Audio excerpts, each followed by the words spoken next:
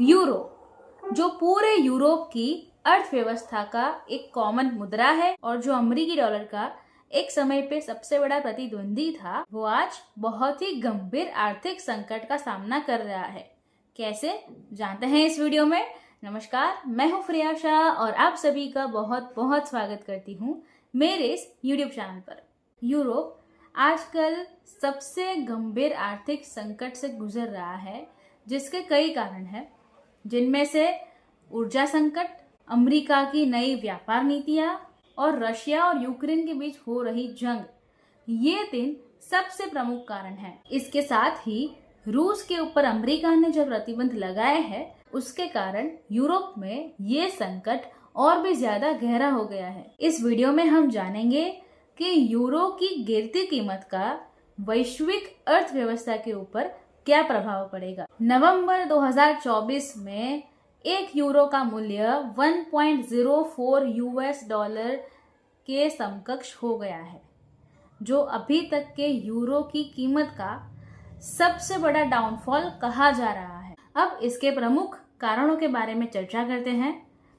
European देशों का सबसे प्रमुख देश आता है जर्मनी, और जर्मनी में पिछले कुछ वर्षों से आर्थिक परिस्थितियां चरमराई हुई है। औद्योगिक उत्पादन का वृद्धि दर वहां पे बहुत कम है। यूरोपियन बैंक्स ने यूरो की इस स्थिति को संभालने के लिए ब्याज दर में वृद्धि की थी, लेकिन इसका जितना सकारात्मक असर होना चाहिए था, उतना नहीं हो पाया। यूरोपियन सेंट्रल बैंक मतलब ECB ने ब्याज दरों में वृद्धि की थी। उसका आशय ये था कि व्यापार में वृद्धि दर धीरे धीरे देखने को मिलेगा, लेकिन उसके उतने सकारात्मक रिजल्ट्स तो नहीं मिले।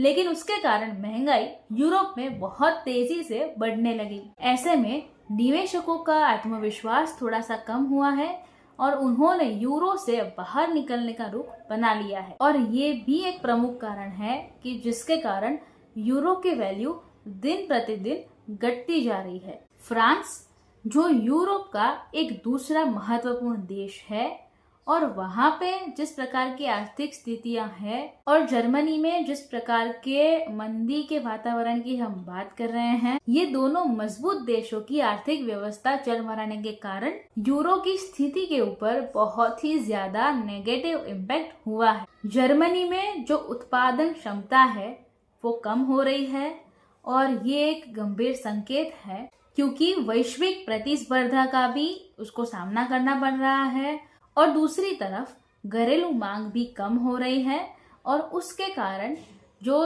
प्रोडक्शन रेट है जर्मनी में, वो भी तेजी से कम हो रहा है। और दूसरी तरफ फ्रांस की जो स्थिति है, वो भी जर्मनी की स्थिति से बहुत ज्यादा अलग नहीं है, क्योंकि वहां पे भी आर्थिक वृद्धि दर कम ही दिख रहा है, और जो उपभोक्ता की खर्च करने की ताकत है, वो भी दिन प्रतिदिन कम ही होती जा रही है। जर्मनी ने 2024 के लिए अपने वृद्धि दर में 0.2% डिक्लाइन दिखाया है, और ये यूरोपियन अर्थव्यवस्था के लिए और यूरो के लिए चिंताजनक की बात है।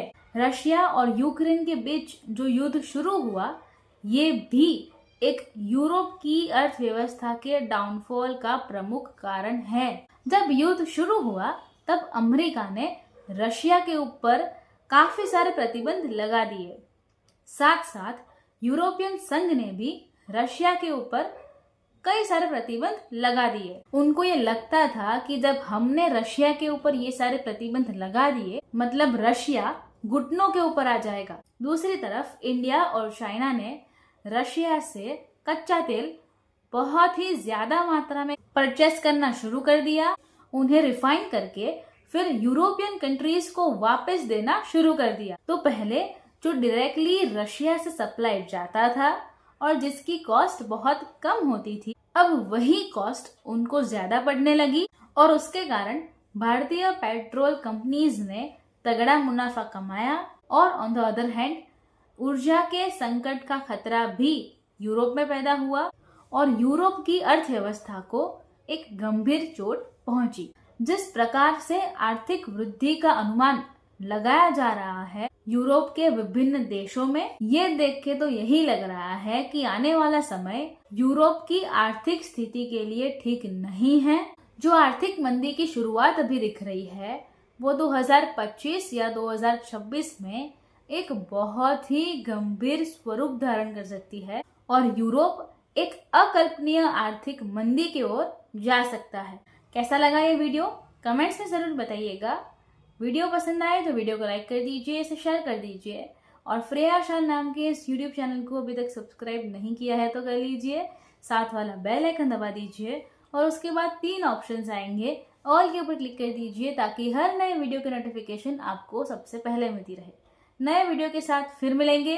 धन्यवाद। जय हिंद।